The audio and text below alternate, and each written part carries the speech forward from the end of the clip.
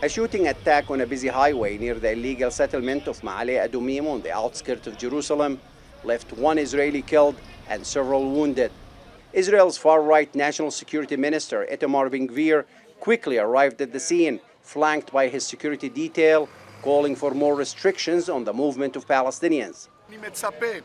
I expect to have more and more checkpoints here, to have restrictions. We need to finally come to the understanding that our enemies are not looking for excuses.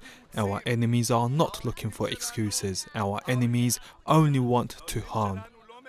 The attack happened during morning rush hour near a military checkpoint on the way to Jerusalem. A large number of security forces arrived on the scene, sealing off the area.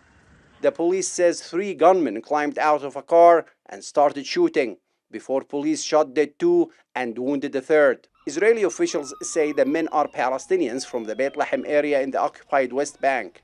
We're in a time of war, and our level of readiness is heightened, and the Israel police and border police are going to do whatever it takes to defend our civilians, to defend our home. Not to be upstaged, Israeli Finance Minister Bezalel Smotrich demanded the approval of a plan to build thousands of new illegal Israeli settlements in Ma'ale Adumim and nearby areas in response to the shooting. Palestinian armed group Hamas, which governs Gaza, praised the attack, saying in a statement, it was a natural response to the Israeli occupation's massacre and crimes in Gaza Strip and the West Bank.